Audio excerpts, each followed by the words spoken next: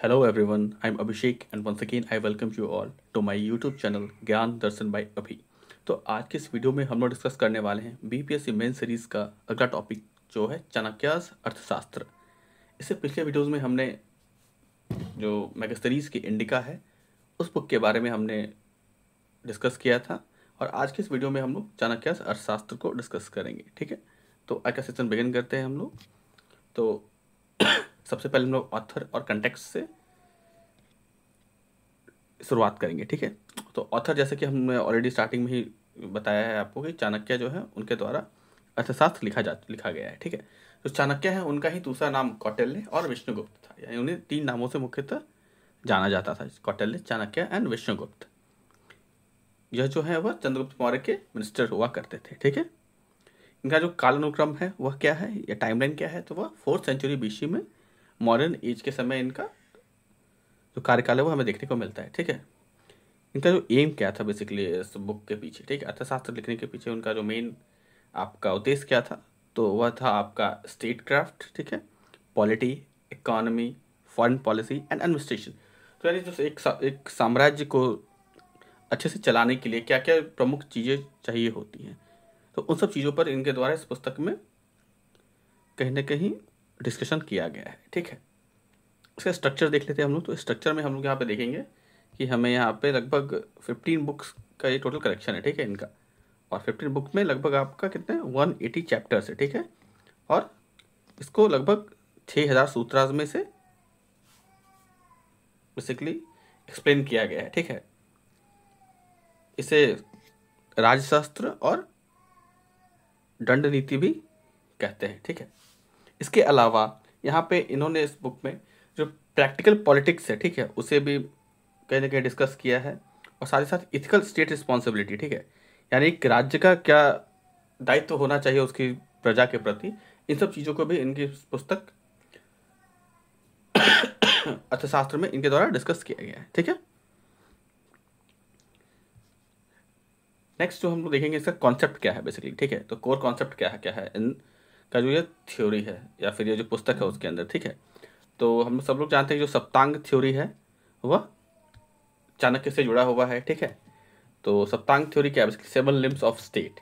तो 7 लिंग में यानी उनके द्वारा बताया गया कि एक राज्य में क्या क्या प्रमुख चीज़ें होनी चाहिए। ठीक है, एक कुशल राज्य के लिए या फिर एक जो एक आपका देखा जाए तो सक्सेसफुल जो आपका एक एम्पायर होता है उसके लिए क्या क्या प्रमुख जो फैक्टर्स है वह होने चाहिए। तो सबसे पहले क्या होना चाहिए, आपका स्वामी यानी कि किंग होने चाहिए। ठीक है, यानी राजा होना चाहिए। ठीक है, उसके अलावा क्या होना चाहिए, अमात्य यानी मिनिस्टर्स होने चाहिए। ठीक है, जनपद यानी कि टेरिटरी होनी चाहिए, दुर्ग यानी फोर्ट या फिर कैपिटल होना चाहिए, कोष यानी कि ट्रेजरी होना चाहिए, और दंड यानी आर्मी या फोर्स होना चाहिए, एंड मित्र, मित्र यानी कि आपका अलाई होना चाहिए। ठीक है, तो स्वामी तो स्वामी यानी किंग, तो किंग यहाँ पे बेसिकली ऑब्वियसली अगर आपको एक साम्राज्य चाहिए तो साम्राज्य को चलाने के लिए एक राजा की आवश्यकता है। राजा के साथ अगला जो पद है आपका अमात्य या मिनिस्टर। तो यहाँ पे इनके द्वारा कहा गया है कि जो राजा है वह कोई भी जो इम्पोर्टेंट पॉलिसी डिसीजन है वह जो कंसर्न मिनिस्टर है, यानी कि मान लीजिए जिस विभाग का मंत्रालय जिनके हाथ में दिया, जिनको जिनको जिम्मेवारी दिया गया है, उनकी सलाह पर ही उससे जुड़े हुए मुद्दों पर फैसला लेना चाहिए, क्योंकि उनका यह मानना था कि हर एक व्यक्ति सभी क्षेत्रों में आपका निपुण नहीं हो सकता है कहीं ना कहीं। तो बेटर है कि जिनका जिस फील्ड में एक्सपर्टीज़ है उनका एक्सपर्टीज़ को डिसीजन मेकिंग में कहीं ना कहीं यूज़ करना चाहिए। तो इसीलिए जो मिनिस्टर है उसका रोल काफ़ी इंपॉर्टेंट बताया गया है चाणक्य के द्वारा। इसके अलावा जनपद होना चाहिए, ऑब्वियसली एक टेरिटरी होगा तभी तो वहाँ पे लोग होंगे, उन लोग के ऊपर राज करने के लिए एक राजा होगा। ठीक है, इसके अलावा फोर्ट होना चाहिए, फोर्ट जैसे कि दुर्ग यानी किला।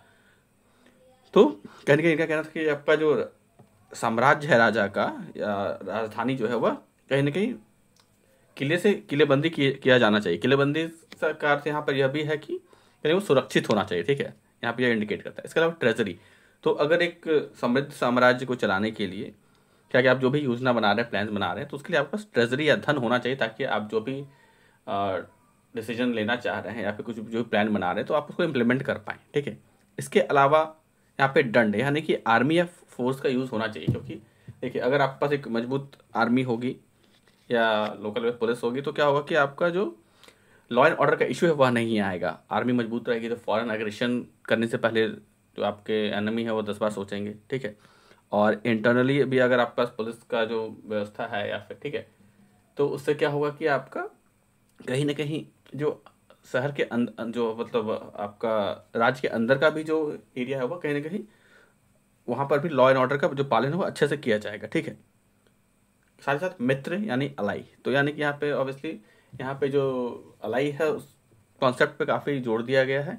इनका यह मानना था कि अगर आपका मान लीजिए कि आपका अगर जैसे इनका एक सर्कल करके एक पॉलिसी है इनका सिक्योरिटी को लेके, ठीक है। तो जैसे कि आपका सपोज एक सेंटर पॉइंट हो गया आप, ठीक है, आपने जो जो भी एम्पायर है सेंटर के जो सटा हुआ आपका मान लीजिए जो राज्य होगा, क्योंकि यहाँ पे एक्सपेंशनिस्ट पॉलिसी था, तो ऑब्वियसली जो भी आपका जो नियरेस्ट सटा हुआ जो आपका राज्य होगा वह कहीं ना कहीं आपका एनिमी होगा। फिर एनिमी के जस्ट जो सटा हुआ जो राज्य होगा वह आपका फ्रेंड होगा। फिर उसके बाद वाला एनिमी से मतलब कॉन्सेप्ट बेसिकली एक अल्टरनेट करके इनके द्वारा फ्रेंड एंड एनिमी करके आपका एक रिलेशन कहीं ना कहीं एक बनाया गया था, ठीक है। ताकि क्या होता था कि इससे कि जो अगला जो दूसरा भी जो राज्य है आपका वह कहीं ना कहीं आपसे आपके ऊपर अटैक करने से 10 बार सोचा है, क्योंकि यहाँ पे क्या होगा कि जो उसका जो पड़ोसी राज्य का जो आपका जो पड़ोसी है या दुश्मन है वह करके वो आपका अलाई होगा। तो इससे क्या होगा कि आप उसके ऊपर दोनों साइड से प्रेशर बना हुआ है कहीं ना कहीं कि वह आपके राज्य पर आक्रमण नहीं कर पाएगा, ठीक है।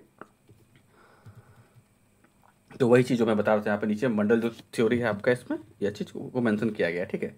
तो मंडल थ्योरी में बेसिकली क्या है आपका कि never is enemy and नेवर्स never is friend, ठीक है। ऑब्वियसली तो यही कॉन्सेप्ट यहाँ पर बताया गया कि जो पड़ोसी है आपका वो दुश्मन है, जो पड़ोसी का जो पड़ोसी है वो आपका मित्र है। यहाँ पे इस बात को यहाँ पर वर्णित किया गया है मंडल थ्योरी में चाणक्य के द्वारा, ठीक है। तो यहाँ पे बेसिकली क्या होता है balance of power and allies, ठीक है। तो बेसिकली ऐसे क्या होता है कि यहाँ पे जो शक्ति है उसे कहीं ना कहीं बैलेंस किया जाता है, ठीक है। इसके अलावा यहाँ पे जो मत्स्य न्याय है इसका भी कॉन्सेप्ट यहाँ पर दिया गया है, यानी कि लॉ ऑफ फिशेस। तो मत्स्य न्याय क्या होता है, मुख्यतः कहा जाता है कि जो हमेशा जो बड़ी मछली जो होती है वह छोटी मछली को कहीं ना कहीं खा जाती है, यानी कि यहाँ पे कहा क्या जा रहा है कि जो सर्वाइवल ऑफ द फिटेस्ट, ठीक है। तो आपको हमेशा अपने आप को मजबूत बनाए रखना होगा, ठीक है। सॉरी। इसके बाद क्या है दंड नीति यानी लॉ एंड ऑर्डर। तो यहाँ बेसिकली क्या था रूल ऑफ लॉ और स्ट्रिक्ट पनिशमेंट था और प्रोटेक्शन ऑफ पीपल भी, ठीक है। तो यहाँ पे बेसिकली क्या था कि दंड नीति में क्या था कि एक स्ट्रॉन्ग लॉ एंड ऑर्डर का कॉन्सेप्ट जो वो डेवलप किया गया था, ठीक है। रूल ऑफ लॉ था यहाँ पे, ठीक है, जो सभी लोगों को जो कानून बनाया गया उसे स्ट्रिक्टली पालन करना पड़ता था, और अगर कोई वायलेशन करता था तो उसे जो एक कड़ा सजा है वह दी जाती थी, ठीक है। और इसे जो लोगों की सुरक्षा है उसे भी सुनिश्चित किया जाता था।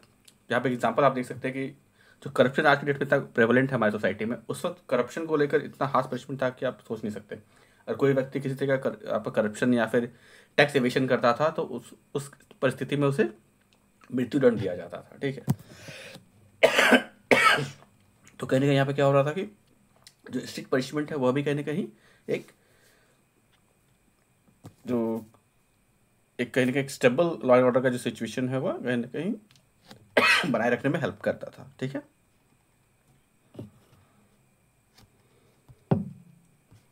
तो नेक्स्ट जो हमारा पॉइंट है वो है एस्पेनिश सिस्टम यानी कि जासूसी व्यवस्था, ठीक है। तो यहाँ पर क्या हो रहा था कि उस वक्त चाणक्य जो जिस वक्त तो मौर्य शासन में मौजूद थे, तो उस वक्त जो जासूस है उनका जो प्रणाली है वह काफ़ी ज़्यादा यूज़ में था, ठीक है। यहाँ पे सीक्रेट एजेंट्स जो होते हैं इंटरनल और फॉरेन दोनों तरह से वो लोग काम कर रहे थे। वो मतलब वो बाहर दूसरे राज्यों में जाकर भी काम कर रहे थे, दूसरे दूसरे साम्राज्य के अंदर भी जासूसी करते थे, और साथ ही साथ अपने राज्य के अंदर भी अंडर कवर रह के वो लोग जो लोगों के बीच से सूचना को एकत्रित किया करते थे, ठीक है। तो डिटेल जो है आपका वो यहाँ पे जासूसी प्रणाली जो है वो हमें देखने को मिलती है, यानी सिस्टम जो है वो देखने को मिलता है मौर्य काल में। नेक्स्ट जो हमारा पॉइंटर है वह है इकोनॉमिक एंड एडमिनिस्ट्रेटिव आइडियाज़, ठीक है। तो यहाँ पे इकोनॉमिक एंड एडमिनिस्ट्रेटिव आइडियाज़ में हमें क्या क्या चीज़ें देखने को मिलती है। तो सबसे पहले मिलता है हमें टैक्सेशन, ठीक है। तो टैक्सेशन बेसिकली यहाँ पे जो लैंड रेवेन्यू आपका आता था, खेती बाड़ी से जो भी आपका उपज होता था उसका आपको 1/6 पार्ट, ठीक है, यानी एक जो छठा पार्ट है आपका वह आपको एज ए टैक्स देना पड़ता था। साथ ही साथ यहाँ पे टोल्स भी थे और ट्रेड ड्यूटीज़ भी यहाँ पे प्रेवलेंट थे उस टाइम पे, ठीक है। इसके बाद अगला क्या है हमारा पॉइंट, वह है एग्रीकल्चर एंड इरिगेशन। तो एग्रीकल्चर और इरिगेशन के लिए वहाँ पर क्या था, कैनाल से नहरें बनाए गए थे, रिजर्वेयर्स बनाए गए थे, पानी संग्रहित किया जाता था। और साथ ही साथ वहाँ पर अगर जो प्राकृतिक आपदा आता है तो उससे भी बचने के उपाय जो है यहाँ पर, या फिर आपदा अगर आ चुका है तो उसके बाद रिलीफ का जो कार्य है आपका वह भी यहाँ पर किया जाता था कहीं ना कहीं राज्य के द्वारा। ठीक है, इसके बाद अगला जो फैक्टर है, पॉइंट आता है हमारा, वह है इंडस्ट्री। तो बेसिकली उद्योग यहाँ पे हमें देखने को मिलते हैं। यहाँ पे उद्योग जो होते थे उसके ऊपर स्टेट का मोनोपोली होता था, यानी जो आपका राज्य है उसका एक अधिकार होता था, जैसे कि माइंस पे, ठीक है, खदानों पे, शराब पे और वेपन्स पे, इन सब चीज़ों पे जो स्टेट है उसकी मोनोपोली हुआ करती थी। आज की डेट में भी जो हमारा जो करंट पे आपका गवर्नमेंट है हमारे यहाँ पे भी यही सिस्टम होता है।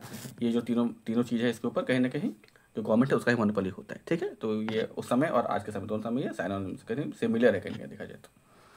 इसके अलावा यहाँ पे एक standard weight and measures provisions थे। ठीक है, यानी कि आपका एक जैसा सामान्य जो आपका मान का जो आपका वजन है और नाप तोल का जो व्यवस्था है वह सभी जगह मान्य थे। ठीक है, साथ ही साथ एक आपका कहने का देखा जाए तो एक स्ट्रिक्ट जुडिशियल सिस्टम था यहाँ पे। ठीक है, यहाँ पे आपका कोडिफाइड लॉज थे, लॉज लिखे हुए थे, यानी किस किस अपराध के लिए कौन सा सज़ा दिया जाएगा आपको, वह कहीं ना कहीं लिखित रूप में वहाँ पे मौजूद था। और उसी के आधार पर लोगों को यहाँ पे पनिशमेंट दिया जाता था जो लोग इसका वायलेशन करते थे। ठीक है, तो यहाँ पे कोडिफाइड लॉज था और पनिशमेंट था। ठीक है,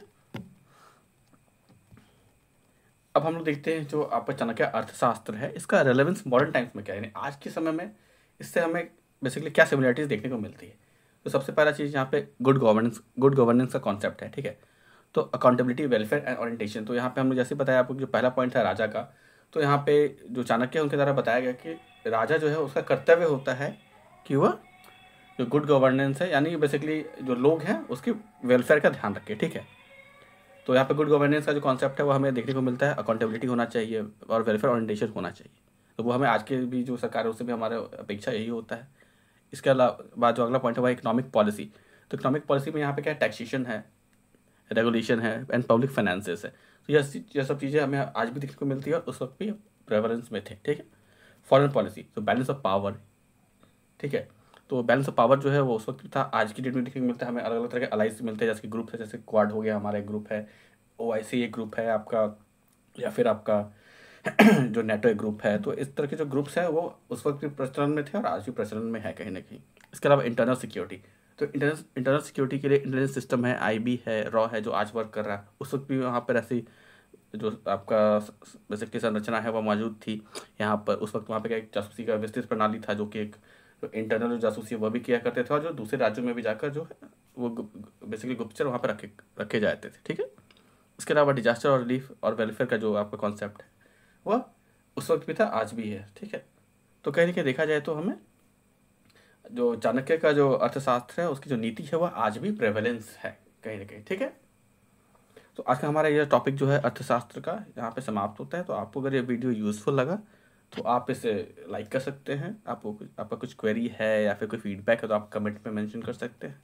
आपको वीडियो अच्छा लगा तो आप चैनल को सब्सक्राइब कर सकते हैं। So thanks for watching my YouTube video. Please do subscribe my YouTube channel ज्ञान दर्शन बाय अभी। Thank you.